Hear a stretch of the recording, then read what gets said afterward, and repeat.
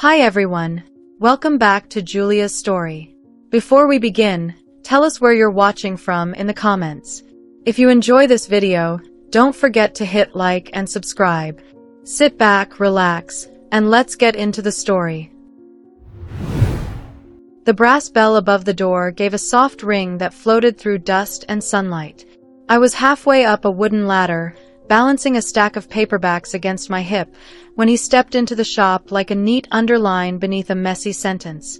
Clean lines, tailored coat, a watch that looked like it measured time for people who never had to rush.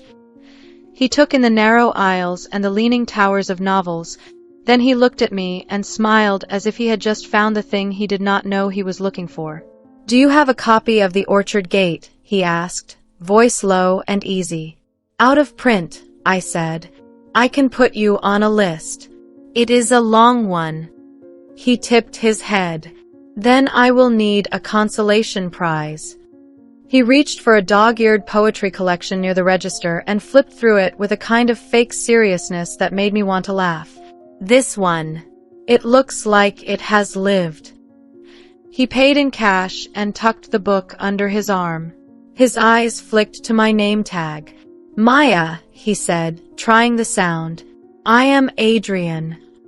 He left before I could reply. The bell rang again and the room felt the same, but not really. The ladder creaked under my feet.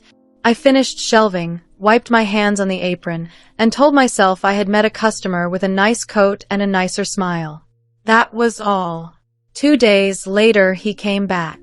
No request this time. He drifted through the aisles, touching spines as if checking pulses. I watched him the way you watch a stray cat circle a porch, polite but wary. When he reached the counter, he set down 3 paperbacks with the confidence of a man who bought decisions in bulk. "You read these?" he asked. "I have read 2, I said. "One made me cry on a bus. One made me miss my stop." "Perfect," he said. "I want both of those experiences." He slid over his card. No glossy logo. Just his name and a number printed in simple type that knew it did not need to shout. "If you ever want dinner that tastes like a view, call me." I did not take the card. Not then. The bell sang behind him and a black car waited at the curb. The driver sprang forward to open the door. Adrian paused with one hand on the frame and looked back at me through the glass. The street noise pressed in. I felt it all like a rush of warm air. Nina, my manager, came out from the stockroom with a stack of receipts. She followed my line of sight, then whistled under her breath. "That is not a regular," she said. "That is a headline." "A headline," I said. She tapped her phone and held up a photo from some article. Adrian in a dark suit. Adrian shaking hands near a silver model of a building. The caption called him a problem solver. It also called him the youngest something in the city. I did not memorize the title, but I felt the weight of it. Money makes a different kind of silence when it enters a room. He kept coming back. Once a week. Sometimes twice. He bought books that did not match each other. A cracked mystery. A cookbook that used butter like a love letter. A slim volume about wildflowers that did not grow anywhere near our streets. He asked what I liked to drink. I said tea with milk. He returned with a cup that tasted like comfort and a bag with warm bread I did not ask for. He stayed on the customer side of the counter and told stories about cities where the wind felt expensive. I told stories about finding notes in the margins of donated books. He laughed the way people laugh when they are not trying to win anything. I tried to believe that was all it was. On a cold afternoon, he came in without a coat. The day had stripped him down to a white shirt and a tired look. He leaned on the counter and let out a breath that sounded like someone else's disappointment. "Rough day," I said. "Loud day," he said. "I wanted quiet. This place always gives it to me." He watched my hands wrap a book for a gift. Brown paper. Twine. A small sprig of something green from the jar by the register. He nodded toward the jar. You do that for everyone. I do it for anyone who asks, I said. Sometimes I do it for myself. Do it for me, he said, then smiled. Dinner. Tonight. I looked at the clock. I looked at his face. Saying yes felt like standing on a dock with waves pulling at my ankles. Saying no felt like turning my back on a door that had just opened for me. I wrote my number on a small square of receipt paper and pushed it across the counter. Not tonight, I said. I have a shift. Maybe another evening. He did not argue. He slid the paper into his pocket and nodded. Another evening, he said. I can be patient. He could be patient, but he was not quiet. By the end of the week, I had an envelope delivered to the shop with my name written in a hand that was too careful to be his. Inside was a reservation card for the Glass House, a place with a river view that people posted about when they wanted to look unbothered by the bill. The card said Friday at 8. The card also said his name beside mine, as if the world had already agreed to it. I told Nina. She raised both eyebrows and then gave me a look that tried to be protective and excited at the same time. Go, she said. Wear that blue dress. Take pictures in your head if he makes you check your phone at the door. Friday afternoon, he stopped by for 5 minutes that felt like a rehearsal. He set a single white camellia on the counter. The petals looked like folded paper. He said my name as if he were testing the way it tasted. He told me the driver would be outside at 7:50. He told me not to worry about anything. When he turned to leave, a silver coupe slid up behind the black car. The passenger window dropped an inch. A man inside held up 2 fingers and grinned at Adrian. The grin was the kind men wear when they have known each other too long and think the world is theirs. Adrian's eyes flicked to me, then back to the man. He did not smile, not fully. He tapped the roof of the black car, a small signal, and got in. The bell rang and the door shut. The shop was quiet again. I touched the smooth face of the reservation card and traced our names with my thumb. The camellia set down a thin puddle of scent. Somewhere outside, a car horn chirped twice, then stopped. I told myself the fingers in the window meant nothing. I told myself the grin belonged to another story. I slipped the card into my bag and locked the register. I walked to the bus in the early blue of evening and felt the city breathe around me. I told myself I would say yes to the dress and the view and the dessert everyone photographs. I told myself I would also listen to the small alarm that had started to hum in the back of my mind. When the bus doors folded open, I caught my reflection in the glass.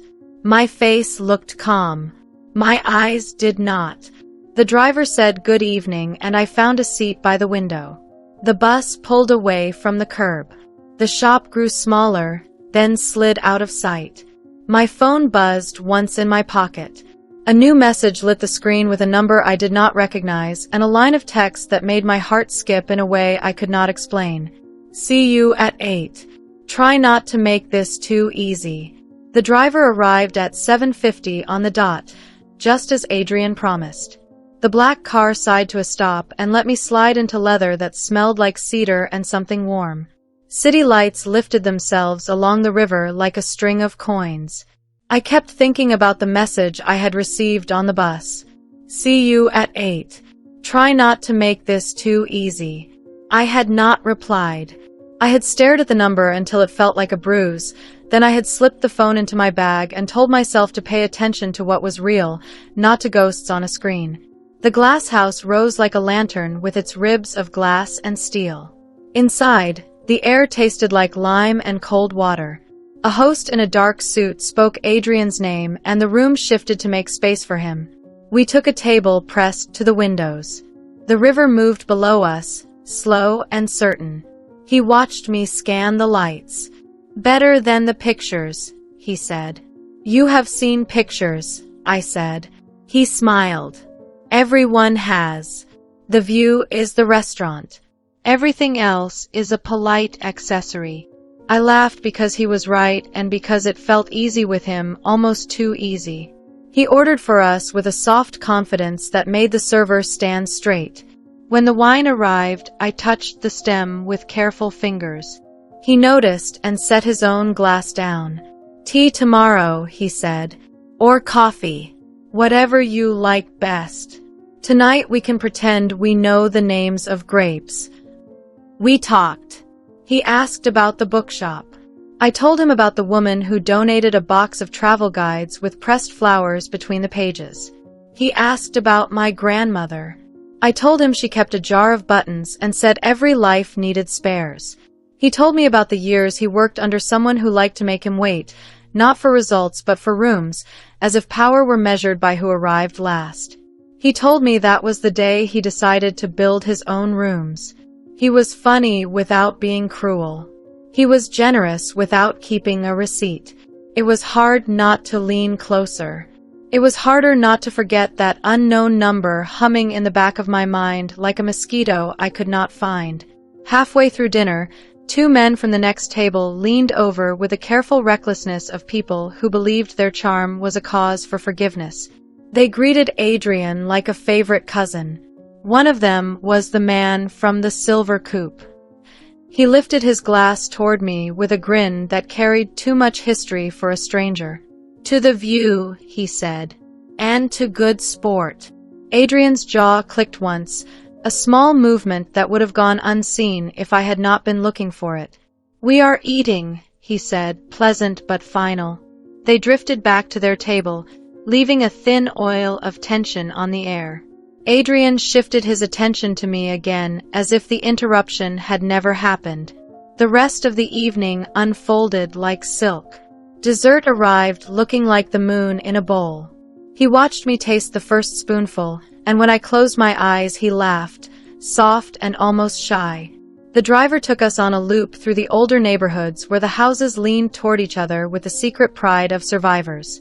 At my door, he did not ask to come in. He just traced the air with his hand, a small wave that felt more like a promise than a gesture, and said goodnight. The messages started the next morning. Not from the unknown number. From him. A picture of the river at dawn. A clip of a violinist under an overpass. A line that said, "I am trying to learn small things again." He came by the shop with coffee and a bag of pastries that tasted like butter agreeing with itself. He bought a mystery novel and asked me to mark my favorite chapter with a ribbon. He said he would read that chapter first, even if it spoiled the ending. It was a week of weather swings and sudden sun. We ate noodles in a crowded place where the owner scolded him for not finishing the broth. We walked through a market and he held my hand like a man who had never learned to be uncertain. He introduced me to his tailor with the serious voice of a priest. He showed me a building site and pointed at a line of cranes like a man painting his own constellation. Then the pace ticked up, not just fast, but gold fast. I met his assistant, a woman with sharp eyes and a kinder smile.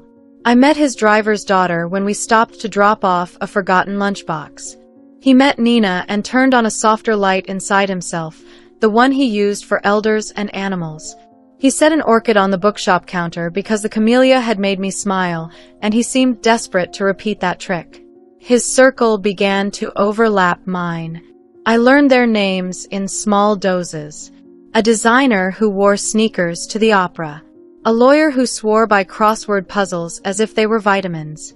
The man from the coupe, whose grin arrived a second before his manners. They shook my hand and said welcome, and I believed most of them. He planned surprises like a hobby. A late afternoon picnic on the museum steps. A rented skating rink where he fell twice and made a show of his bruised elbow. One night in a tiny theater with only 2 rows of seats and a woman on stage who told stories about love like a person polishing a blade. I felt myself stepping deeper into his world. It was a world that loved display, but there were pockets of quiet where he was just a man beside me, with a gaze that lost its edge and a voice that forgot to win. When he asked me to move in, I said no, not yet. He took the no like a gentleman and like a competitor, 2 instincts wrestling under his smile. He gave me a key anyway, for emergencies, he said, but I saw the hope tucked inside the metal. The proposal arrived like a well-timed trap and like a gift I wanted. We were at the top of his newest building, a floor that would soon be rooms and offices and the echo of other people's footsteps. For now it was open space and sunset, with the river cutting a long, dark sentence through the city. He had placed a small table near the windows. On it, a box that did not try to be shy. He looked nervous. I had not seen him look that way.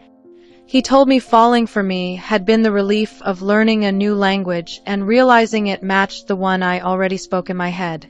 He told me he did not want to waste any more time pretending we were not already building something. He opened the box. The ring was not obscene. It was clean and bright, like a yes. I said yes. My mouth found the word before my fear could. He slid the ring on my finger. It fit like it had been measured while I slept. For a moment, everything inside me was weightless. His mouth brushed my forehead, and the air warmed around us as if the building had decided to be kind. The applause made me jump. A small group of his friends had been waiting in the shadows, ready with champagne and congratulations and a cheer that bounced off the glass. The coop man was there, already pouring himself a drink. He raised his glass toward the ceiling. "To the future," he said, "and to quick hands." I did not know what quick hands meant. I tucked the phrase into my pocket like a stone I would turn over later. Music started, a soft wave of strings. A photographer appeared with a camera that clicked like a metronome for joy. Adrian's arm slid around my waist, steady and claiming. "Come celebrate," he said. "There is a place around the corner. It will be quiet." It was not quiet. It was a club that liked to pretend it was a living room, with low lights and dark velvet, and a back hallway that smelled faintly of mint and spilled secrets. People hugged him and shook my hand. A woman with bright eyes pressed a kiss to my cheek and whispered that I was brave. I asked what she meant, and she only smiled as if she had not said it out loud. After an hour, I needed air.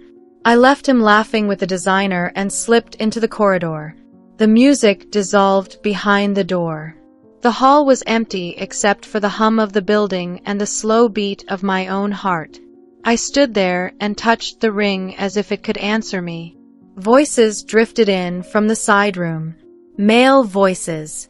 I caught my name, spoken like a password. The words that followed were muffled by the wall, then sharpened for a moment as someone moved closer. "For weeks," a voice said. "Then we settle it." A soft burst of laughter answered, the kind of laugh that had teeth. I did not breathe. The ring felt too tight on my finger. I turned my head toward the door and stepped closer, quiet as I could, while the voice inside continued, low and careless, and said my name again. I held my breath and leaned closer to the door. The hall light hummed. The carpet swallowed my steps. Inside, low voices moved around a table like cards being shuffled. "For weeks," the first voice said again, lazy with confidence. "Then we settle it." A second voice laughed, full of teeth. "You said you could do it faster. She is a sweetheart. Say the word and she would follow you anywhere." Silence stretched, then a voice I knew too well cut through it. "Calm. Cool. Practiced. Adrian." She said yes, he said. "The rest is logistics." My throat went hot, then cold. I pressed my palm to the wall and felt the faint throb of music coming through from the club. It was not enough to drown anything out. "Remind me of the terms," the first man said, as if he were bored of his own cruelty. "I like a recap." "A ring before the month ends," the second said. "Vows before the quarter closes. No pre-approved girlfriend. No previous entanglements. Real deal.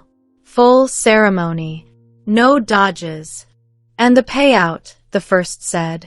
Adrian again, steady as a balance sheet. 7 figures. Loser signs over the watches. Winner gets bragging rights forever. They laughed. The sound was dull and rich, like footsteps on old wood. "And the girl," the coop man said. "What does she get?" "A beat." Then Adrian's answer, mild as a shrug. "A beautiful story." Something inside me buckled. The ring on my finger suddenly felt like a trick candle that would not blow out no matter how hard I tried. I could leave. I could push open the door and ask them to say my name again while I looked them in the eye. My hand curled around the handle and then opened. I did not give them the performance they wanted. I slipped my phone from my clutch and opened the recorder. The little red light glowed like a warning. I held the screen near the crack and waited. The voices blurred, then sharpened again as someone shifted chairs. "You always want to win," the first voice said. "But this one is new. Marriage is not a weekend project." Adrian's answer was soft, almost weary. "I know how to deliver." "You always did," the second voice said. "You just forgot how to have fun while you did it." A door inside the room squeaked. More laughter. Glass against wood. The recorder caught fragments. 4 weeks. Easy money. She will never know. It kept catching those words like a net snagging on the same rock again and again. My hand shook. I saved the file anyway. I stepped back into the corridor and let air find my lungs. Someone brushed past at the far end, a woman with a glittering clip in her hair and a smile that did not quite reach me. I moved to the restroom and locked myself in a stall. The tile was cold under my palm. I bowed my head until the room steadied and the anger began to form a thin, cold surface over the panic. With that surface came a thought I did not expect. I am not going to run. The mirror was unkind and honest. My face had lost its happy color. My eyes had learned something they did not want to know. I fixed my lipstick with the care of a surgeon, then smoothed my dress and stood up straight. My phone buzzed. The same unknown number glowed on the screen. "Believe the hall," the message read. "He is not the only one who plays games." I typed a reply. "Who is this?" No answer came, only another line a moment later. "When you are ready to win, call me." Then a name I did not recognize and a number. I saved it and slipped the phone back into my bag. I kept my breath even. I walked out as if nothing had happened. The corridor gave way to the club's soft dark. Adrian saw me and his face lit the way it had earlier. He reached for my hand, and I let him take it because I wanted to see what his touch felt like now that I knew. It felt the same. That was almost worse. "You vanished," he said, voice low. I said. "Too many congratulations." He laughed, relieved, and brought my knuckles to his mouth. He had no idea that I was listening to a different kind of music now. The designer told a story that made everyone lean in. The lawyer filled my glass and asked if I liked crosswords. The coop man lifted his drink like a salute every time our eyes met. I could hear the room, but I was standing inside a storm only I could feel. I turned the ring once and memorized the weight.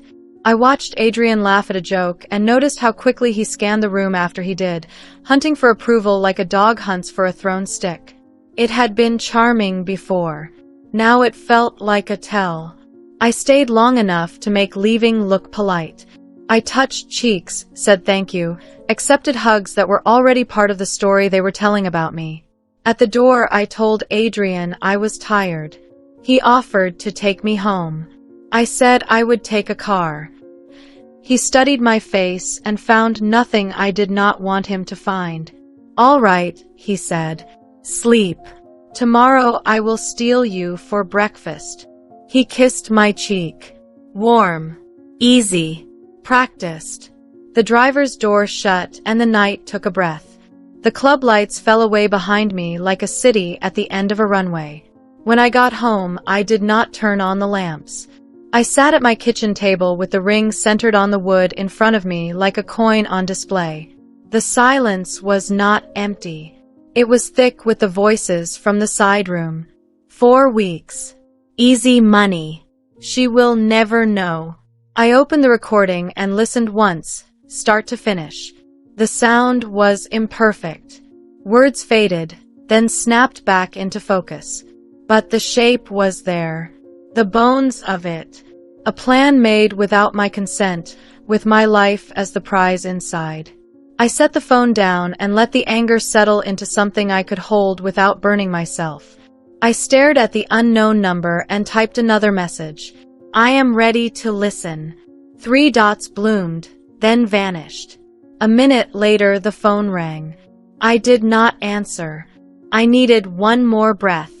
I needed one more look at the ring to remember how quick joy can be when it is being used as bait. The call ended. A new message appeared. Tomorrow at noon, the text read. Corner table at the tea house on Willow. Ask for Anna. Bring your spine. I put the ring back on. I cleaned my face. I brushed my hair until it looked like patience. Then I lay down, eyes open, while the dark ceiling taught me the shape of my new life. In the morning, I would be a bride again. Still smiling. Still gentle. But different underneath. Not a mark. Not a bet to win. Not an easy story. I would walk into the day with a quiet knowledge that I had heard the truth, and the even quieter decision that I would use it. I set an alarm. I turned the phone face down. The light from the window softened. The room cooled. Somewhere between one thought and the next, I understood something simple and fierce.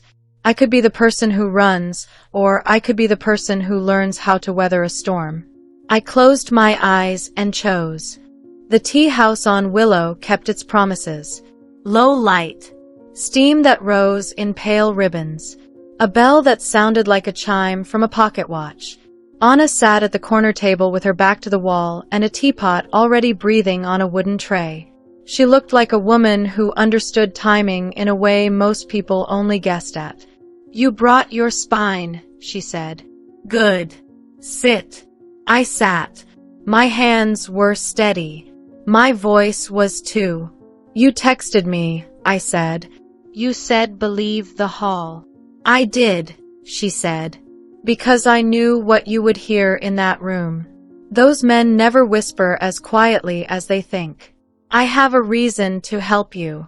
It does not matter what it is right now. What matters is that you leave this table with a plan that keeps you safe and gives you choices. Choices, I said. I want that. She poured tea and pushed the cup toward me. Keep your face soft. Keep your words gentle. Build steel under it. 3 pillars. Evidence. Leverage. Time. I listened while the steam warmed my mouth, and the part of me that wanted to shake sat down and took notes. Evidence meant making sure the recording would not vanish if a phone cracked on a floor. She told me to back it up in 3 places and to put 1 copy in a cloud folder with a timer that would send it to me every week. She gave me a small drive the size of a thumbnail and told me it had a failsafe that would trigger a silent upload if someone tried to wipe it. Leverage, she said next, eyes on me. You do not want revenge. Not yet. You want the power to require decent behavior. Use his hunger for display. He loves a polished story. Offer him one with a set of rules he has to sign to keep that story clean. She slid a card across the table. A name I knew stared back at me. Mr. Hart from the bookshop. The man with kind hands who had once said he owed me if I ever needed a lawyer. I had not known what kind of lawyer. Now I did. Family and corporate, Anna said. He sits quietly in the middle of both. He knows how rich men turn feelings into fine print. Tell him you want a prenuptial agreement that looks like philanthropy and feels like a seatbelt. Clauses that trigger if he humiliates you or betrays you. Money that flies out of his accounts toward women who build things if he cheats.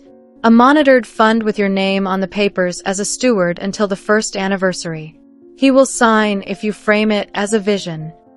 He wants to be seen as a man with a cause. And time, I said. She held up 3 fingers. You have 3 weeks until the wedding. That is not much, but it is enough. Move fast in ways that look slow. Speak softly and let people think the plan is theirs. If he rushes you, offer him a shortcut that leads to your clauses. If he balks, smile and pull back. He handles pressure by leaning forward. He will take the bait. We set the outline in an hour that felt like 2. I left with a list and a new shape to breathe into. On the sidewalk, the air had the clean edge of winter. I called Mr. Hart as I walked. He answered on the second ring and said my name the way a friend says a candle is already on the table. You sound like you are standing, he said. I am, I said. I need a prenuptial agreement that reads like a pledge. I need it to be real. I need it to be kind to me and hard on lies. Come to my office, he said. Bring the story. His office smelled like paper and old leather and a hint of lemon. He listened while I told him the truth in careful lines. I showed him the recording. He did not flinch, not even when Adrian's voice threaded into the room like a ribbon that had lost its shine. We will not try to trap him, Mr. Hart said when the room quieted. We will hand him a path and a mirror, a fidelity clause that is not symbolic. A reputation clause that costs real money if he lets those men turn your marriage into a party game. A proxy agreement so you can observe the company he built without being at the mercy of the people who bet against your dignity. He wrote as he spoke, words that looked dry until you understood what they protected. The fidelity clause set a clear line. If he strayed, a share of his personal trust would shift to a public fund that backed female founders and the girls who would become them. The reputation clause had triggers. If a public humiliation occurred, a large donation moved within 48 hours and a formal apology arrived in plain language, with my approval of the text. The proxy agreement gave a trust in my grandmother's name a temporary vote at his board as an observer with teeth. Not to control his company. To watch it with the authority to call a meeting if a crisis involved our marriage or his conduct. 1 year only. If he stood tall, the power went back without fuss. We can also include a simple line, Mr. Hart said. No intimacy until both parties consent freely after the wedding. It sounds obvious, but clarity is a kindness. I nodded. My throat hurt. I realized I had been bracing for someone to tell me I was overreacting. No one did. Not Anna. Not Mr. Hart. The relief made me tired for a second, then steadier than I had been in days. We named the trust after my grandmother. The Grace Evelyn Trust. She had kept buttons and bandages and the strength to sit with a person through a long night. Her name felt like the right shelter to stand under while the wind blew. The next step was getting Adrian to like the plan that would hold him. Anna helped me with that. She taught me which words to use and which to leave on the table quiet as pebbles. Words like vision, partnership, stewardship. Words like public pledge and leadership by example. We built a small deck for his team that framed the clauses as part of a new narrative. Marriage as a foundation for the way he wanted to be seen. The corporate observer seat became a temporary governance pilot. The donation triggers became a commitment to rapid accountability. It was true. It was also a net. The magazine feature helped. His assistant had been courting a glossy outlet for an exclusive wedding story. They wanted a hook. A modern couple with a modern pact about power and behavior. I did not push. I laid the idea down where they could pick it up. They did. Legal needs a week, his assistant told me on the phone, voice bright with triumph. We can get the documents in front of him by Thursday. He hates drafts. If we say the magazine needs a signed framework to lock the cover, he will sign. Anna smiled when I told her. Never fight a man's favorite mirror, she said. Use it. I worked my shifts at the bookshop with my quiet face on. I wrapped books and tied twine with clean bows. I wore the ring because I was not ashamed of wanting love, and because the ring did not belong to the men who bet on me. Nina watched me from the counter with a gaze that could read weather. She did not ask. She kept tea hot and slid almond cookies into my bag like notes. At night, I met with Mr. Hart and his partner. We cleaned the language until it read smooth to a stranger and sharp to a judge. We added a paragraph that allowed me to trigger a private pause on public appearances if something cracked. We signed a separate letter with the magazine that promised them a story about structure, not scandal. I sent the recorder file to a secure vault and told a slow email to send it back to me every Sunday at noon. 2 mornings later, Adrian called from his car. I could hear the rhythm of city traffic under his voice. "Lunch," he said. "I want to show you a place that roasts fish over wood like an old poem." "I can step out at 1, I said. He took my hand at the table and kissed my palm. He looked good. He looked almost humanly tired, as if he had not slept well. For a second, I wondered if his sleep had been troubled for the same reasons mine had. The thought was dangerous. I set it down. His assistant joined us for coffee. She unfolded the deck with neat hands and talked through the narrative, bright and smooth. He paid attention. He asked a sharp question about optics. He asked a softer one about whether this kind of pledge would scare other men into thinking he had something to hide. She framed the answer as leadership. He nodded.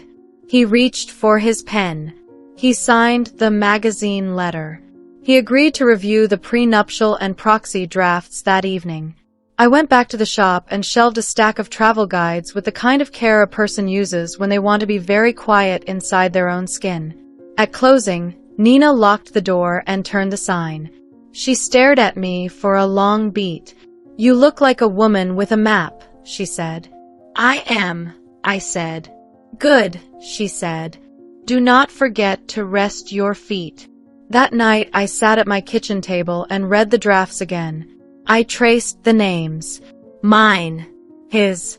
My grandmother's. The trust.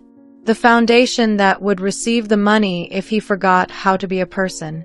My thumb left small ovals of warmth on the paper. The room felt like a held breath. At 10, Anna called. "He signed the framework," she said. Legal swallowed their pride. "The assistant is a star. Tomorrow he meets Mr. Hart. He will think it is his idea to move fast. Do not show delight. Show calm." "I can do calm," I said. "You can do more than that," she said. 2 more notes. "I want you to start a small scholarship application under the trust, just 3 questions and a line about hope. Launch it the day after the wedding, whether you feel ready or not. The act will anchor you. And 1 more thing. Invite your maid of honor to dinner and tell her everything you can stand to say. She will need to hold one of the keys." "What key?" I asked. "The drive with the recording," she said. "If anything happens, she sends it to the people on this list." A short list slid into my messages while we spoke. A reporter known for being fair. A judge who had a niece in one of Mr. Hart's pro bono programs. A woman who ran a shelter with a waiting room full of laptops. "Understood," I said. We hung up and I texted my maid of honor, Lila. She arrived with takeout and eyes that could hold my worst day for me while I caught my breath. I told her the truth. I watched her face move from disbelief to anger to a level calm that made me love her more than I knew how to say. She put the drive in a small tin and slid it into her bag without looking at it like a relic. 2 days later, Adrian sat in Mr. Hart's office and signed his name to the outline that would shape the way our first year would go. He did it with a few jokes, a little swagger, and a glance at me that felt almost like respect. His eyes softened when he saw the name of my grandmother on the trust. He asked who she had been. I told him.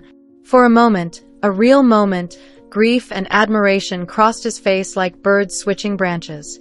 Then the moment was gone and the pen moved again. He looked at me in the lobby and said we made a good team. I smiled and said the truth in a small, safe way. We could. I walked out into the bright noon and felt the street rise up to meet me. Anna sent one line. The first piece is on the board. Now hold your nerve. That night, a new message slid into my phone from the unknown number that had started it all. No name. Only a clip. Laughter. The coop man's voice. A new detail about the bet. An added stake. The deadline had moved. The payoff if he married me on schedule would now double if he could produce a scandal within a month after the vows. My stomach went cold. The plan held, but the wind had shifted. I stood at the window and watched the city blink. I breathed in. I breathed out. I set the message in the vault beside the others. I sent Anna the news. Her answer came back almost at once. Then we accelerate. The rehearsal is in 3 days. That is where we start tightening the rope. I turned off the lamp and let the dark settle. The quiet plan was no longer quiet. It had teeth. It had a clock. I closed my eyes and kept my grip. The church smelled like beeswax and old wood, the kind of scent that steadies a room when nerves want to lift the ceiling. Candles waited in tall glass sleeves. Ribbons trailed from the pew ends like quiet flags. The coordinator walked us through the steps as if she were teaching a dance to people who swore they could not dance. I held my bouquet and watched my feet. Adrian watched me. Left, pause, breathe, the coordinator said. Look at each other here. We looked. His face was open, almost boyish in this light. For a second I saw the man from the bookshop, the one who laughed at my bus stop stories and bought a poetry collection because it looked like it had lived. Then the second thinned and the world clicked back into place. The aisle stretched ahead like a line I meant to walk on my own terms. After the walk-through, we moved to the hall next door where long tables shone under white bulbs. The room hummed with a warm tide of voices. Lila pressed a glass of water into my hand and kissed my cheek. Her eyes were steady. Her grip on my fingers said I was not alone. The first toast came from the designer who loved sneakers and opera. It was sweet and a little showy, like him. The second came from Nina, who had closed the bookshop early and wore her good blouse with the tiny pearl buttons. She spoke about my grandmother's jar of buttons and how every life needs spares. People laughed softly and dabbed at their eyes as if it had been planned that way. I felt the heat rise in my throat and held it there until the room came back into focus. Adrian twirled me onto the small dance floor between courses. The band kept the rhythm easy. His hand rested at my back in a way that felt practiced and careful. He leaned in just enough for me to hear him over the music. You look like an answer I did not know I was asking for, he said. You look like you have been practicing that line, I said, but I smiled because the truth did not have to be cruel to be true. Across the room, I caught the coop man watching us with his grin turned down to a private smile. He lifted his glass by a fraction, as if he were toasting a plan no one else could see. I held Adrian's gaze and did not look away. The magazine editor arrived late with a camera that clicked in polite bursts. She wanted a photo of our hands linked on the table, and then one of my face beside the place card that carried my new last name in elegant ink. I let the lens find me.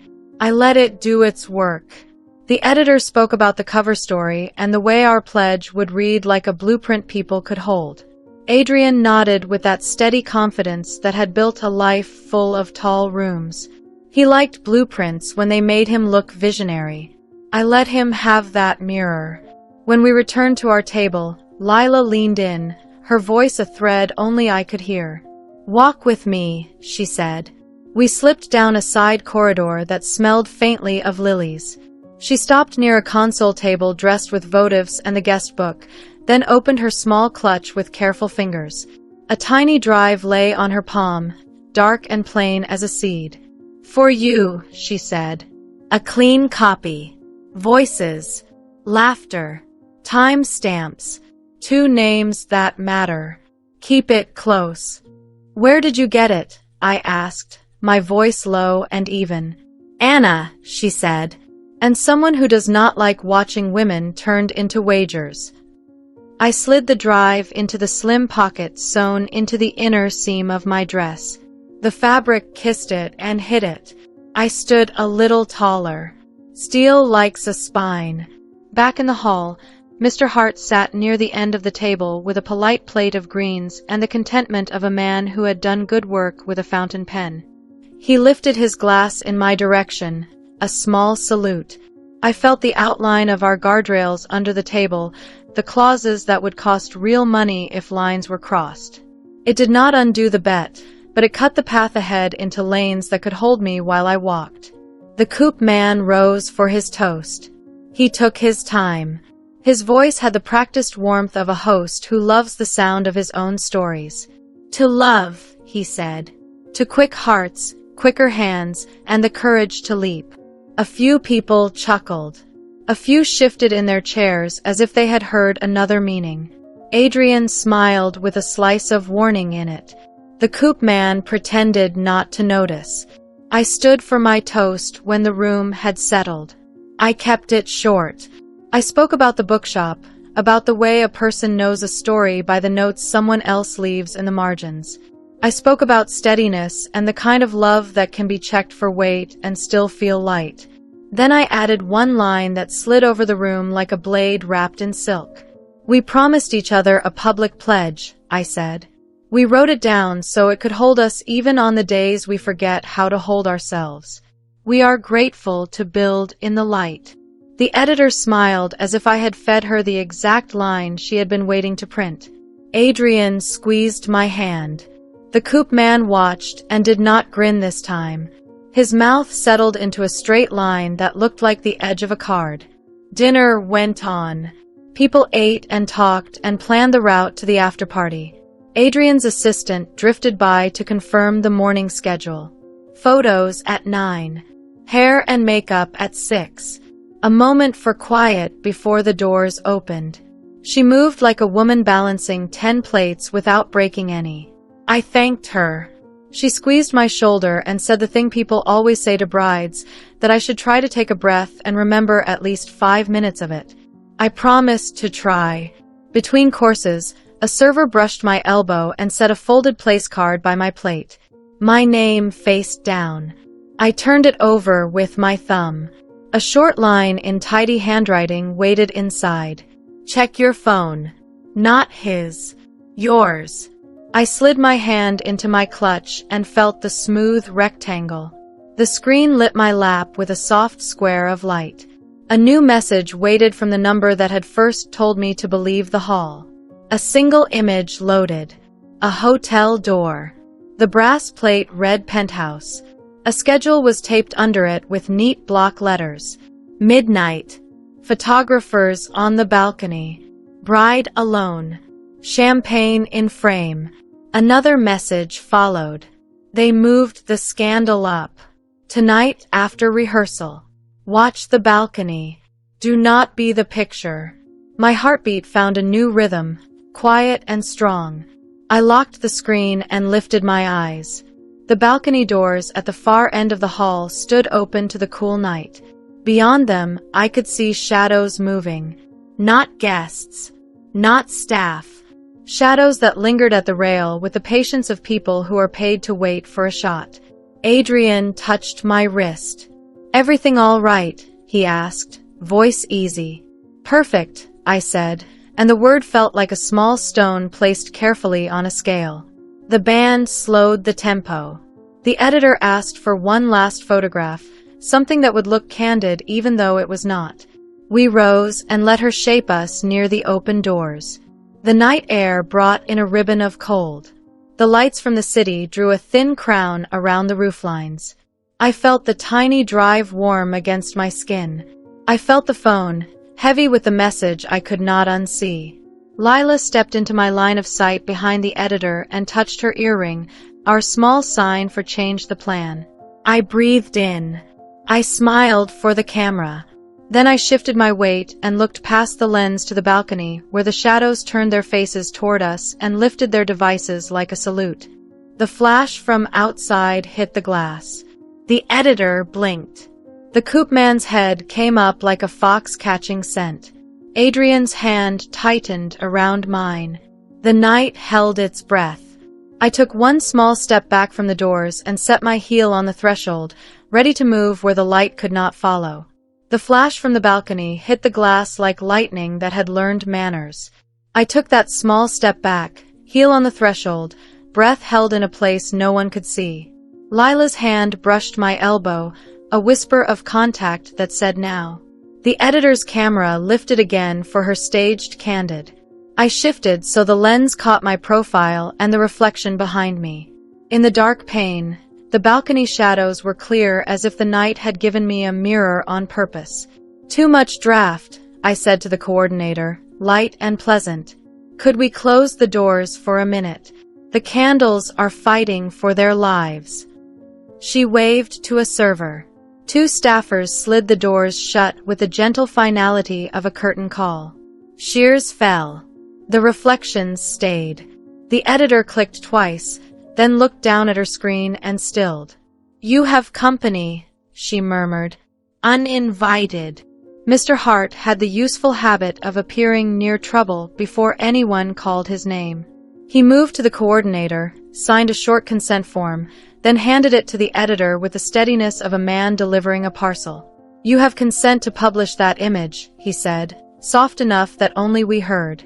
"If anyone releases a photograph of the bride alone on a balcony tonight, you have a better one. One that shows motive." The coop man hovered at the edge of the circle, expression smooth, drink tilting in his hand. He met my eyes. I nodded and turned away, the social equivalent of closing a door with two fingers. The band shifted up a key. The room's attention returned to itself. The shadows on the balcony drifted, then peeled away into the dark when the Shears refused to play along. I stayed where the light wrapped me and let the editor take the last official frames of the rehearsal. She understood what to look for now.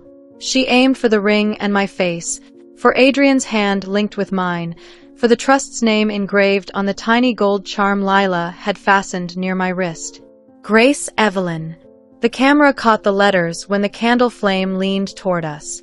The editor smiled at her screen like a woman who knew the lead image when she saw it. "Beautiful," she said.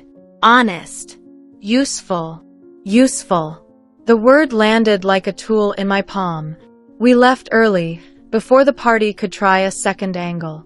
In the car, Lila rested her head against the window and exhaled the slow breath of a woman who had held a door shut while the wind shoved at it. She squeezed my fingers. "You were perfect," she said. "I was prepared," I said. "Tomorrow I have to be both." Night thinned to a gray ribbon, then pulled itself into morning. Hair and makeup at 6. A quiet room at 8. A tray with tea and honey. A small envelope from Nina with a note in her neat hand that said, "You can be soft and still be the strongest thing in any room." I tucked the note under the mirror and felt the kind of steadiness that water teaches you, the kind that looks like ease and is actually skill. The dress waited like a breath I had been saving. Lila threaded the buttons with small, clever movements. When she finished, she held my shoulders and searched my face as if she were checking a map for a river that should be there. "You found it," she said. "Keep it." I slipped the drive into the pocket sewn into the side seam and felt its small weight like a compass. On the other side, I slid a folded page with a list of clauses, not for show, not yet, but for touch. My grandmother's charm lay against my pulse. I watched the city lift its blinds and turn on its day. Adrian sent a message through his assistant. "Arriving at 9. Wants 2 minutes alone before the doors open." I sold bookshop romance once upon a time. 2 minutes alone on a wedding morning sounds tender when you do not know what else lives inside the day. I looked at Lila. She read me with a glance and said, "We will keep it polite and public." She called the coordinator and asked for the 2 minutes to be on the edge of the aisle with the photographer present. The request tucked itself into the schedule like a ribbon under a sleeve. He came at 9 in a dark suit that made the room behave. He paused when he saw me and something real, something unguarded, crossed his face like a bird skimming a lake. He lifted my hand and kissed the back of it. The photographer stood a respectful distance away with her lens pointed at the floor.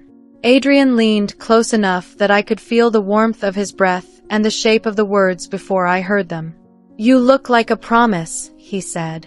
"You look like you intend to keep one," I said. We stood there in that expensive quiet and looked at each other as if the world had not tried to make a joke of us. It would have been easy to soften. It would have been easy to float. Instead, I held the line inside me that I had drawn with Mr. Hart's pen, and I let my eyes say what my mouth would save for later. "I know. I am not running. Choose who you are." Guests arrived with a rustle of good fabric and the sound of shoes that had not yet learned the floor. Music threaded through the air. The coordinator lined us up and gave me the nod that every bride learns to wait for without letting herself shake. I stepped into the aisle and the room pressed its breath into a shape for me to walk through. Faces became a watercolor of kindness. Candles swayed and then steadied. Halfway down, I felt Nina's gaze and Lila's hand let go so lightly it felt like the air releasing me. Adrian waited at the end with a steadiness that would have convinced anyone who had not heard the side room. I had heard. I still walked. The vows were ours. We had written them in the language of two people who think work is a verb with a pulse. I spoke first. I kept my voice low and warm. I used words that felt like weight on one line and light on the next. I promised to build a quiet that could hold a storm. I promised to meet him in the morning, not the legend at night. I promised to keep a hand on the ordinary because that is where truth fits. He spoke second. He surprised me. The polish was there. It always would be. But there was also a hitch at the start, a breath that needed persuading. He talked about rooms he had built that made him feel taller and rooms he had found, like the bookshop, that made him feel smaller in a way that helped him be a person again. He said he loved that smallness. He said he would try to live in it more often. He looked at me when he said it like a man who knew I could hear the difference between a line and a change. We traded rings while the music found a softer measure. Light shifted across the floor and climbed the arches. We signed the papers under a spray of white flowers that smelled like rain that had been cleaned. Then the photographer took us to the side chapel where the windows ran tall and the glass caught the city in 100 gentle pieces. "This is the one," she said. Hands, eyes, the charm on the wrist, the pledge in the light. She adjusted my elbow. She tilted his chin by a fraction. She stepped back and lifted the camera. The photograph felt like a held breath made solid. It was not the balcony, and it was not a trap. It was a record. Two people in a moment they had made, with the name that meant guardrail catching a bit of sun at my pulse. Later, when the image ran on the cover with a headline about vows and vision, women sent messages to the trust that read like prayers written with laptops. That was later. In the small chapel, it was only the two of us and a click that sounded like a key finding a lock. We walked out into a day that had decided to be kind on the surface. Guests threw soft petals that landed with no sound. The band lifted the room into a rise and a sway. The coop man's grin did not reach his eyes. The editor's smile did. Mr. Hart shook Adrian's hand as if he respected the man he might become rather than the reputation he already owned. At the edge of the dance floor, I felt the secret tucked inside my dress. The drive. The folded page. The quiet night that waited on the other side of music and cake and speeches that would not remember themselves. I smiled for cameras and let my body learn the steps. I accepted congratulations, held babies, signed a menu for a child who asked because he had seen other people ask and liked the idea that paper could keep a day alive. When the sun slid and the lights found their soft evening jobs, the assistant touched my shoulder and told me there was a suite upstairs with tea and quiet waiting for us when we wanted it. I thanked her and heard the words I had been carrying inside myself since the rehearsal settle into a single thought. Tonight, I would ask him to sit. Tonight I would show him the mirror made of paper and the wooden drive with laughing voices stored inside. Tonight I would speak softly and lay down lines that could not be stepped over without cost. I watched the dancers move. I felt his hand find mine again with a pressure that had learned restraint. The music rose. The doors to the suite opened in my mind like a page turning. I did not run. I counted down. The suite waited like a held breath. Tall windows. City lights working their quiet job. A tray with a silver pot of tea and 2 cups, steam curling like a ribbon that had learned patience. I slipped off my shoes and let the carpet cool my feet.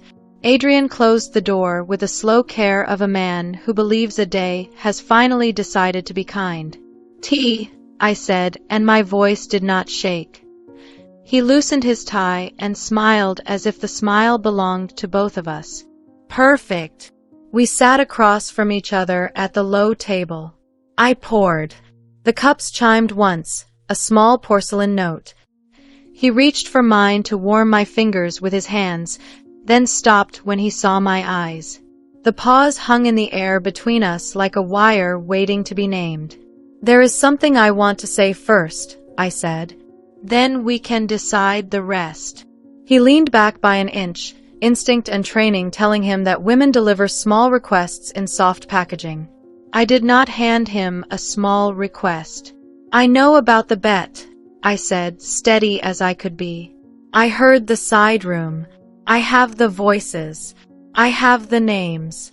I know how much men like to put numbers on other people's lives." He did not move for a heartbeat. Then the practiced calm trimmed his expression. His jaw tightened, almost invisible. The first card he reached for was denial. He let it fall unused. The second was a story about misunderstanding. He set that one aside too. I waited him out. Waiting is a craft I learned at a bookshop counter between waves of afternoon. "I did something stupid," he said at last, voice low. I played along with a joke that stopped being a joke. "I should have ended it the second it began." I set a small wooden drive on the table. It looked like nothing. It sounded like everything. "This is not a joke," I said. "It is a contract written in laughter. It is also over. Not because you ended it, but because I cut the string." His eyes flicked to the drive, then to me. Anger flared and died. Shame rose and then tried to hide. He reached for the drive and then pulled his hand back, as if touching it might make the room change shape. "Before you speak," I said, "look at what I brought for us to live by." I slid a folded page across the table. 3 short clauses, clean and clear. Words Mr. Hart had sharpened until they could hold weight. He read them in silence. The fidelity clause that moved a real share of his personal trust into the hands of women building things if he strayed. The reputation clause that triggered a public apology in plain language and a donation within 2 days if he chose humiliation over care. The observer seat for the trust in my grandmother's name, temporary and focused, to watch the company when our marriage was dragged into rooms where decisions are made without women. 1 year only. Earned back by behavior, not charm. He finished reading and set the paper down. The anger tried again. It flickered. It failed. He closed his eyes for a long breath and opened them to me instead of the window. "You signed all of this already," he said. "You did that," I said. "You signed because you like to be seen as a man with a pledge. Now you will live like a man who keeps it. Tonight is where that begins." I poured more tea and slid his cup across to him. He did not pick it up. "There is one more line," I said. "It is not on the page. It is mine. No intimacy until there is proof that I am not a dare to be one. Proof lives in time. It lives in choices. It does not live in a night." He sat back.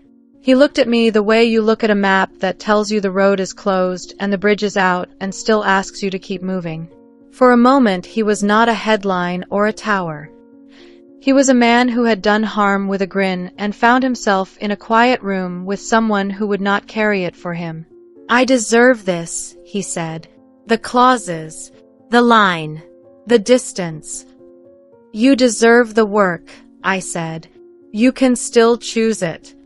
He nodded. He reached for the tea and drank like a person who needed the heat more than the taste. His phone buzzed on the side table. He ignored it. It buzzed again, longer. He turned it over without looking, and the screen threw light across the table. A string of messages rolled past. The coupe man's name at the top. Then others. The last one read, "Balcony failed. Try the suite. Photographers can be there in 10. He inhaled once, sharp and clean, and looked at me.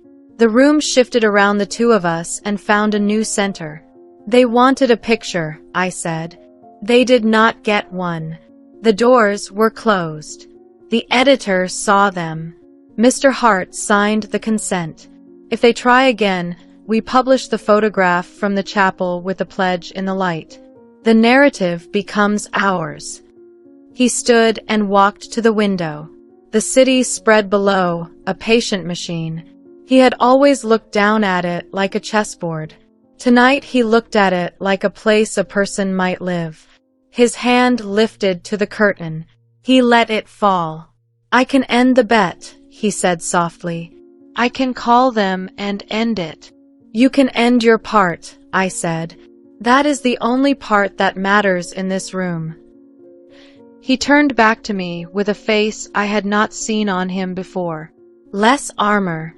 More weather. He picked up his phone and typed with the control he saved for closing deals. A minute passed. 2. The phone buzzed again. He read the reply and put the device face down, not like a man hiding, but like a man choosing what he would hold. He sat. He looked at the folded page again. He looked at my hands. He looked at the little wooden drive that had become a small animal at the center of our table, breathing slow. "Who told you?" he asked, and there was no heat in it. Only curiosity trying to count survivors. "How did you know to build this?" "Women talk," I said. "Some men listen. You can join them. Or you can applaud from a distance while they do the work you should have done in the first place." He let out a breath, and it sounded like someone setting down a heavy box they had been carrying for show. He rubbed his jaw once, a small, human gesture that would not have survived a camera lens. "I am sorry," he said. "Not the kind of sorry that is a stage.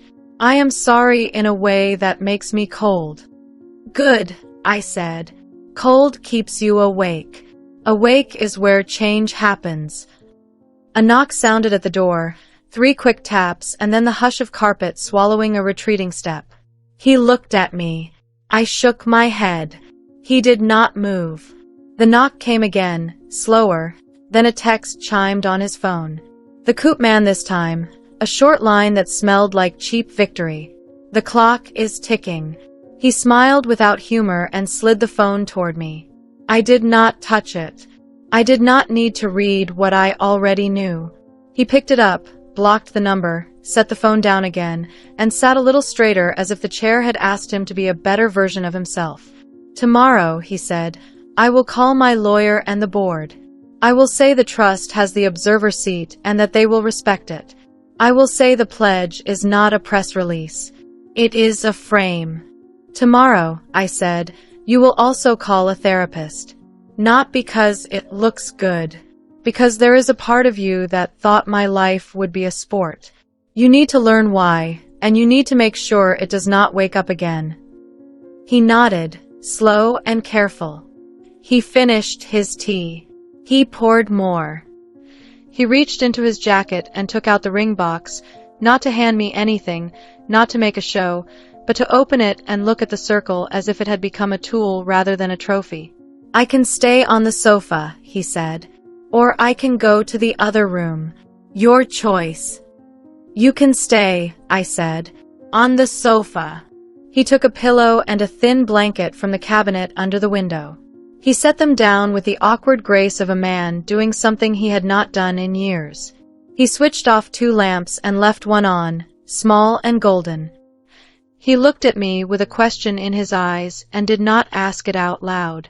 That restraint mattered more than he knew. I stood and walked to the desk. I wrote a short note on the hotel stationery with a thin pencil they leave in neat trays.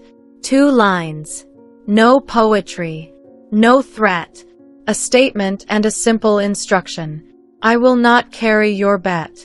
If anyone tries to make a story out of me tonight, call the editor and give her the chapel photograph. I folded the paper and set it on the table beside the wooden drive. He watched me do it as if he were learning a move he would have to practice later. He lay down on the sofa and turned onto his side, facing the room, not the wall. I sat on the edge of the bed and listened to the quiet find its shape. Somewhere down the hall, an elevator sighed and closed. The city kept breathing below us. The last lamp drew a small circle of light around the table where a ring box sat open, a folded page lay ready, and a wooden drive waited like a heartbeat you could hold in your hand. His phone buzzed once more and then went still. He did not reach for it. He did not move. The suite held the sound of a man choosing to be quiet for the first time in a long time. I slid under the covers and kept my eyes open until the room steadied inside me. The night did not soften. It held. The secret had been spoken. The door had stayed closed. The game had lost its audience. Morning would have a new job, and so would he. I reached out and touched the charm at my wrist. Grace Evelyn. I breathed in and out, slow as a tide learning the shore again, and let the clock walk us toward whatever came next. Morning arrived like a verdict. Thin light on carpet. Steam rising from a silver pot that had cooled while the night learned how to end. I woke to the soft scratch of a pen. Adrian was at the desk in his shirt sleeves, writing a list with the careful attention he usually saved for contracts. He looked up when he sensed me watching. Calls, he said. Lawyer. Board. Therapist. Assistant. In that order. I nodded. The air between us held its new rules without me having to say a word. He made the first call on speaker so I could hear the language take shape. No dramatics. No spin. He told his lawyer the Grace Evelyn Trust held the observer seat for 1 year. He told him the pledge clauses were not a press release stunt. He used the word binding and did not flinch. The second call went to the board chair. A woman with a clean voice answered. She did not coo. She did not scold. She said she respected governance when it was earned, and she expected this seat to ask wise questions. I liked her in an instant. Adrian said he did too.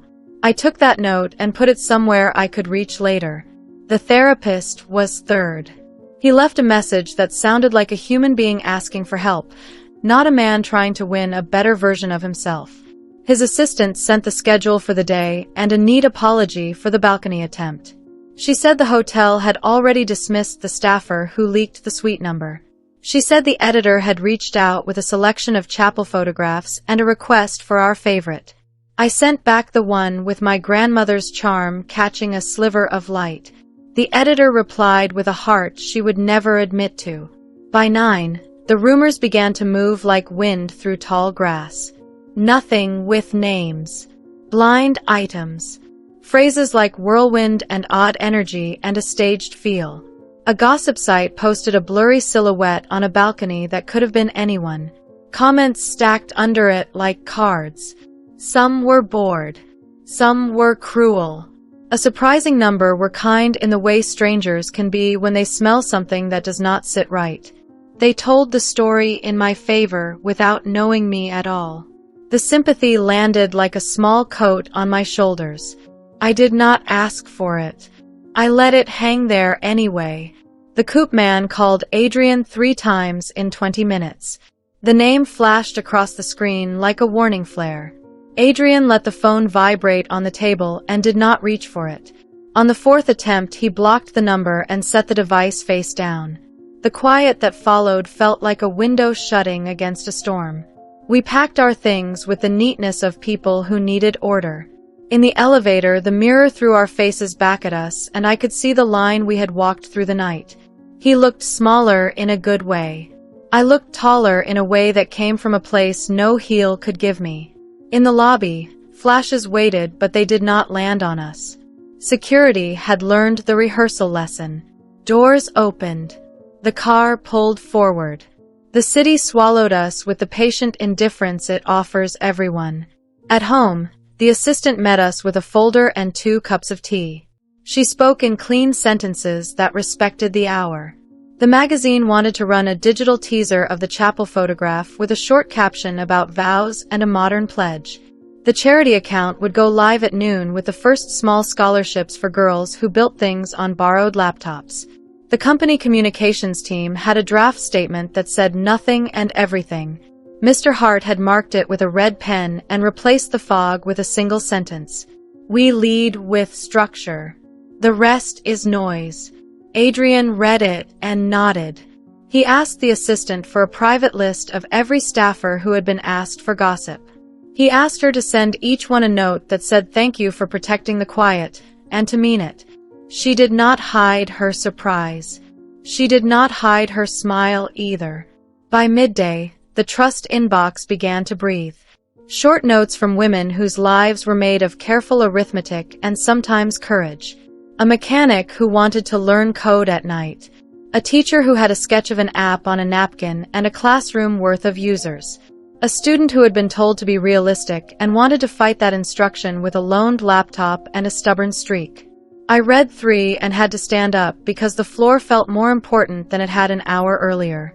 The board call started at 2. I joined as the observer for the trust. My name appeared on the screen beside the charm that had become a small legend in one day. Faces arranged themselves in their neat grid. Some neutral. Some curious. One openly skeptical. A man who worried that an observer seat would make a circus of serious work. The chair cut him off with a look that turned him into a child for 2 seconds. I felt the room shift. Adrian kept his voice level. He explained the seat, the scope, the 1-year horizon, the triggers that dealt with our marriage only when it became the board's business. He said he was not immune to mistakes and he was building guardrails on purpose. It was the most adult thing I had heard him say in public. After the call, a message pinged from Anna. A single line. You are steering. Keep your hands steady. I wrote back with 2 words. With you. She sent a small star and then a list of 3 names who were already trying to sell the bet story for a check. 2 were strangers. 1 was not. The ex resurfaced in the most predictable way. A soft interview on a small channel where the questions sounded like gossip apologizing for itself. She spoke in sweet tones about concern for me, and then slipped a knife under the table with phrases like too fast and felt rehearsed. She smiled when she said she hoped I was safe. My jaw tightened. Mr. Hart called before I could decide what to do. Do not chase it, he said. We keep our eyes on the road we picked. If a reporter who values truth calls, we answer with facts and 1 clean line about dignity. We never put our voice in a room that profits from smears. Understood, I said. At 4, the editor's teaser went live. The photograph in the chapel. The charm catching the sliver of light. A caption that read like a small victory. A vow is a promise, and a pledge is a plan. The comments slipped in under it, quick and warm. Some people rolled their eyes. More people said they wanted their own version of our clauses. The narrative began to shift in a way that did not erase the harm but made space for something else to grow. By 5, the Coop Man's circle started to react. A friend of a friend texted Adrian a screenshot of the private group where the men had turned life into a game. Someone had posted the chapel photograph with a line that tried to curl into a sneer. The replies did not follow. A few men had wives who had seen the teaser and did not find it funny. A few men had daughters who had filled out the tiny scholarship form at noon. The mockery fell flat. The thread went quiet. I read it and felt a small click under my ribs, like a lock choosing to work. The house was not a sanctuary yet. It would not be for a while. The phone still buzzed with the kind of messages that think proximity is a right. A car idled outside long enough to make the doorman nervous. The assistant arranged for private security without being asked. I thanked her with the kind of gratitude that knows its own size. At dusk, I went to the small office we had set aside for the trust. A desk. A plant with leaves like coins. A photo of my grandmother that I had framed that morning without knowing how much I would need her gaze. I set the tiny drive in the drawer, not to hide it, but to let it rest where I could reach it in one step. I opened the scholarship portal and read another handful of notes. The mechanic who wanted to learn code had already uploaded the first tiny prototype. His daughter had helped him. I pressed approve on a small grant and watched the approval light turn green. It felt like switching on a lamp in a room that still had shadows in the corners. Adrian stood in the doorway with a hesitant knock that meant he understood what this space was. He asked if I wanted dinner. I said yes. He asked if we could sit at the small table in the kitchen instead of the long one in the formal dining room that felt like a stage. I said yes to that too. He cooked pasta with more butter than any doctor would endorse and told me the chair had called after the board meeting and told him he had done well. He did not look triumphant. He looked relieved. After dinner, he took his pillow to the guest room without comment. The door clicked shut. The house breathed. I sat on the sofa with a blanket and watched the first version of our new life try to hold. I did not cry. I did not smile. I let myself be a person in a room that was learning my shape. Around 11, the phone lit with a number I did not know. I let it ring out. A text followed, short and clean. The reporter who is fair would like dinner tomorrow. He will listen. He will not twist. If you want the city to hear the truth, this is the door. I stared at the message and felt the floor tilt by a fraction. I thought of the ex and her soft knives. I thought of the girls filling out the scholarship form. I thought of how a rumor hardens when no one offers the shape of the truth. I set the phone down and watched the numbers on the oven clock click forward. Midnight arrived with the quiet tap of another message from the unknown ally. 6 words, no flourish. The friend who started it wants out. He will trade names for a meeting. I lifted my eyes to the dark window and felt the next move settle into place. The reporter chose a quiet place, a diner with red booths and coffee that took its job seriously. He arrived alone with a notebook and a recorder he did not turn on right away. He listened while I set the story in order. The engagement, the side room, the rehearsal balcony, the clauses. I slid him a set of timestamps and the drive with the proof. He did not rush. He wrote details the way a careful person collects sharp things. When he did turn the recorder on, his first question was clean. On the record. On the record, I said. He looked me in the eye and said he would not twist. He said he would give us the right to review for accuracy only. He said he would publish whether or not Adrian apologized. I told him Adrian would stand up on his own legs, or the piece would run without him. That night, Mr. Hart drafted a note to accompany the story. 1 sentence about structure. 1 sentence about harm. A link to the trust and the small scholarships for girls with borrowed laptops. He read it aloud to me to make sure it sounded like a person, not a statement. It did. The friend who started the bet asked for a meeting the next morning. We chose a bench in a public park with a view of a fountain that knew how to be steady. He arrived in a jacket that tried to make him look younger. He held his phone like a confession. I did it, he said without greeting. I started it as a joke. I pushed it when it should have died. I can give you names and dates. I can give you the messages. I do not want to be in the room when the city hears it. You already are, I said. He swallowed and nodded. He transferred a folder to Mr. Hart's secure account with hands that trembled just enough to show he was a person and not a mess with shoes. He asked for no money. He asked for no protection paper. He asked for the chance to tell his wife the truth before she read it. Mr. Hart gave him 1 day. Adrian cut him off that afternoon. No anger. No public theater. He blocked a number and told a gate guard not to lift the arm for a man with that license plate. The friend sent 2 more messages to me. One said he was sorry. The other said he would be ready to testify if someone tried to throw me under a bus to save a watch collection. I saved both in the vault without reply. Therapy began on a Tuesday. Adrian left the house with no suit jacket and came home looking like he had stepped out of a winter lake and found the air colder than he remembered. He said he had learned to narrate harm without making it about his pain. He said it out loud without asking for applause. He went back again on Thursday. He booked the next month and put the appointments in a shared calendar so I would know when he was doing the work and when he was not. He sold 3 watches and sent the money to seed the trust's first round of grants. He left the men's chat where the game had been born. He changed his number. He told the assistant to reject party invites that came from rooms with low light and expensive secrets. He stood in a kitchen with a mug of tea and asked if he could cook dinner on Friday without turning it into a performance.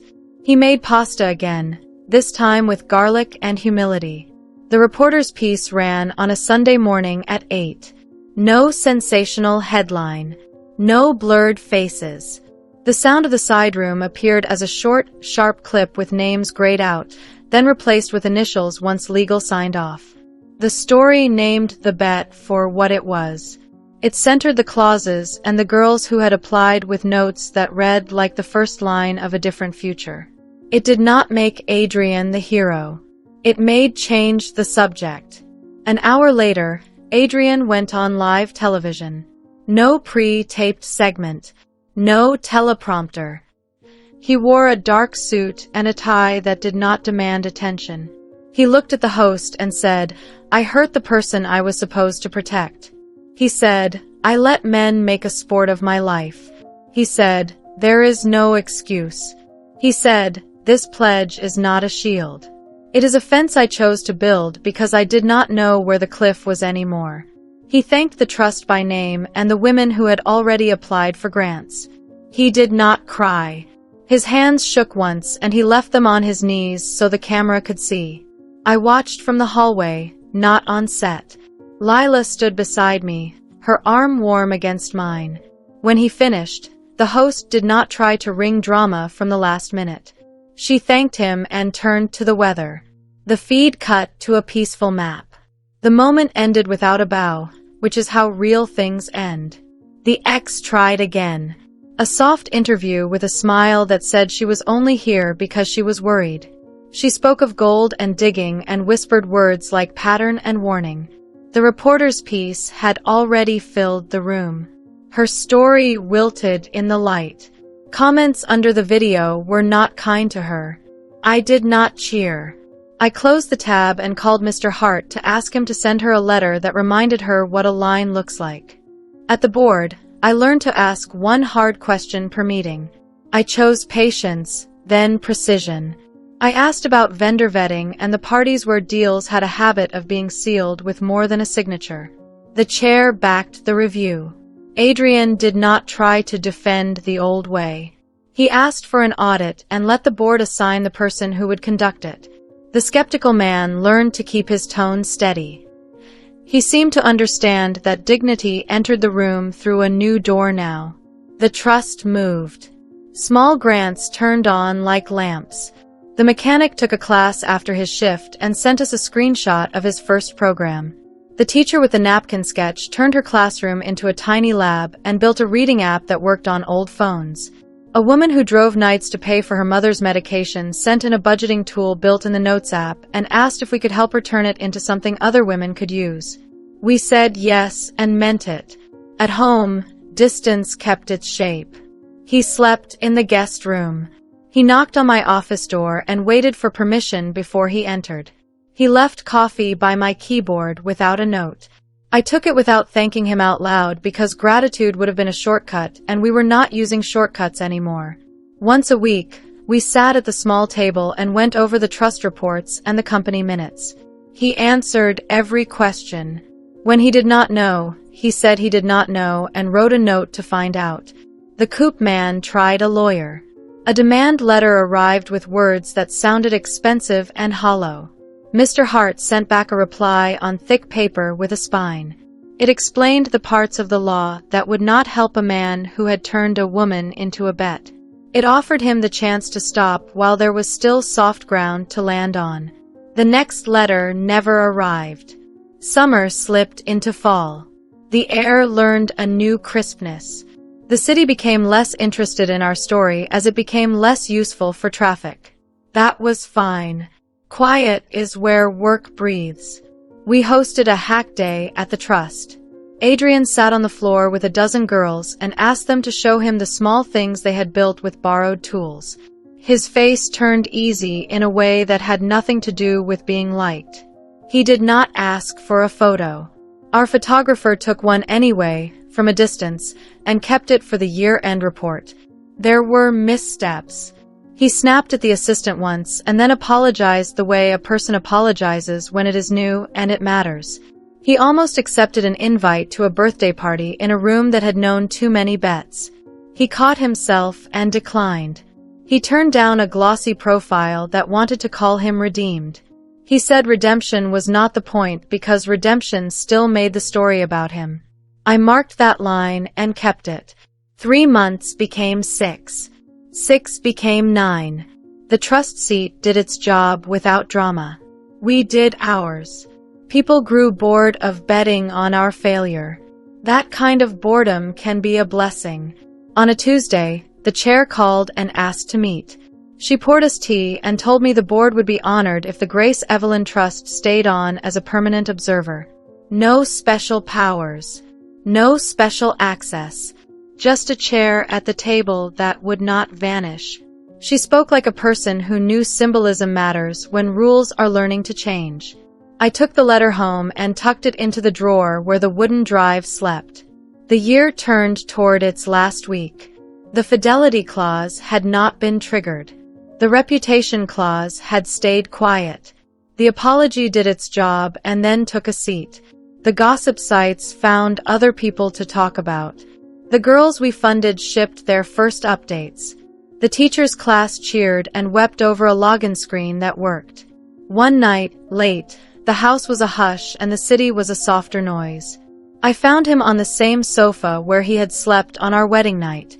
He had 2 mugs of tea on the table and the ring box open beside them, not as a promise, just as a reminder of the day we decided to stop bleeding and learn to breathe.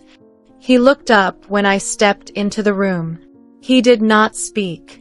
He left the choice exactly where it belonged. I knocked once on the doorframe and stepped in. I carried the letter from the chair with the invitation to keep the seat. I carried a year that had learned to walk. I set the envelope on the table between the 2 mugs and the open ring box. The room held its breath. The kettle clicked in the kitchen. It was the same sofa. The same silence. Only one thing left to decide, and it did not need a mark at the end. He looked up from the sofa when I stepped into the room.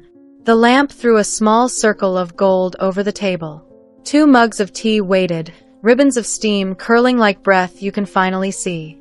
The ring box sat open beside the letter from the chair. The envelope was thick and cream, the kind that remembers every hand that touches it. I set the letter down between us and touched its edge with my thumb. The seal had already been broken. We had both read it. The board wanted the Grace Evelyn Trust to keep a permanent chair at the table as an observer with no special powers and no special access, only a steady place to sit and ask a clean question when the room forgot why it exists. Symbols matter when rules are learning new shapes. The letter knew that. So did I. He did not speak. He held the silence with me like a person who had learned that quiet is not a void to be filled but a ground to stand on. The city pressed its soft noise against the windows and stayed outside because I needed it to. I brought this to you because it belongs between us, I said, palm on the envelope. Not as a prize. As a frame. I accept the seat. The trust stays in the room. No special favors. No whisper codes. A chair and a voice that is allowed to be plain. Good, he said, the word landing without triumph. It should stay. I nodded. I slid the ring box next to the letter and let the light catch the stone without making it a spectacle. He watched my hand move. He did not reach for anything. He waited. This is not a reward, I said. It is not forgiveness wrapped in jewelry. It is a record of a day that almost broke us and a promise we wrote so we could do better than almost. I will not wear it because a day asked me to. I will wear it when the year makes sense. He swallowed. I could see the muscle in his cheek jump once and go still again. He lifted his eyes to mine and kept them there. I have been learning to live past the performance, he said. Therapy does not fix a thing in 10 sessions. It hands you a broom and a mirror. I am sweeping. I am looking. I am also tired of being proud of doing the minimum. I am trying to love the work without asking it to love me back for doing it. The kettle in the kitchen clicked as if to mark the sentence. He stood, brought both mugs to me, and sat again without touching my fingers. The tea smelled like honey and citrus and a clean edge. I am not asking you for a night, he said, or for the easy version of a future. I am asking if we can keep learning in the same house. If that answer is no, I will accept it and keep doing the work without expecting anything from you but the truth. I let his words sit. I thought about the girls who sent code written on borrowed phones. I thought about the chair who offered a seat because she believed people can choose to be better when someone steady is watching. I thought about my grandmother's jar of buttons and the way she kept spares because mending is a life skill, not a hobby. I will not live in a performance, I said. I will not build a home on apology. We can keep learning under one roof. We do it slowly. We do it as if speed is a curse. We keep the separate rooms for now. We keep the calendar for therapy and the standing check-ins at the small kitchen table. We protect the quiet. We do not post our progress. We do not rehearse our pain for applause. He nodded. Relief did not rush across his face like a storm. It rose like steam, steady and thin, and then disappeared because relief is not the point either. There is one more thing, I said. The men who turned my life into a scorecard will not be allowed to pull you back into soft rooms with fast hands. If one of them finds a way into your day, you tell me before the sun goes down. If one of them calls you a coward, wear the word like a bandage and keep walking. Done, he said, and it sounded like a sentence he had practiced for the right reasons. We sat like that for a while, two people with a letter, a ring, and a history that had learned to be honest. The house knew we were not a headline. The floor knew it would not have to hold us up through a fight we could have avoided. The kettle cooled. The city turned its lights. He broke the quiet with a small sound that was not a question and not a plea. He slid something across the table. A thin chain lay in his hand, warm from his palm. Not a surprise. Not a trap. A simple chain with a small loop ready to carry weight. If you want, he said, voice low, you could wear the ring here. Not as a show. As a promise to yourself that you choose when and how it sits against your pulse. I did not reach for it right away. I held the thought. The ring in the box looked like a circle waiting for a neck instead of a finger. I lifted it and fed the stone through the loop. The chain settled with the soft sound of metal learning a new task. I held it above the table and watched it catch the lamp's gold. I thought of my grandmother's charm and the way it had flashed at the chapel like a small lighthouse that only needed 1 second of sun to do its job. I stood and fastened the chain at my nape. The weight was light and real. It did not announce itself. It remembered itself. He looked at me and I let him see the change, not as permission, but as a record. Thank you, he said. Not for the chain. For the seat. For the years that would ask something of us that a bet never could. We took our tea to the kitchen because that table has always told the truth. He moved through the room the way a person moves when he knows furniture is not a stage. He reached for the radio and thought better of it. He set the mugs down and waited. "I want to go back to ordinary," I said, fingers around warm porcelain. "Not the old ordinary. The ordinary where a person can talk about grocery lists and still hold space for the hard things when they spill. I want to learn how your worst days sound before they arrive, not while I am mopping the floor." "I will keep telling you," he said, "even when the telling makes me look small. Especially then." We ate toast with butter that melted in the center and ran to the edges like sunlight on a map. He laughed once at himself when he dropped a crumb and then caught the laugh, surprised that it could be easy without being a trick. The ease did not erase the work. It made space for it. Later, I went to the small office that belongs to the trust and unlocked the drawer where the wooden drive sleeps.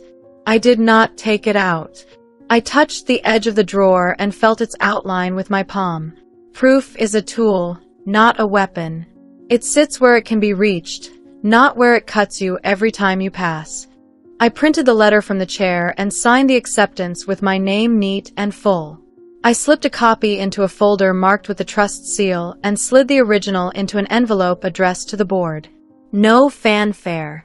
Paper and ink and a new shape for a room we would continue to enter with our shoulders down and our eyes open. He knocked on the door frame and waited. I said come in because boundaries are strongest when they are not gates. He stood just inside the room and looked at my grandmother's photograph on the shelf. "She would have liked this," he said. "She would have told you to eat more fruit and stop buying suits you cannot run in," I said. He smiled, small and true. He did not step closer. He did not ask for anything that would break what we had just built. He offered a hand, not to pull me forward, but to be there if I wanted to move. I stood and put my palm against his.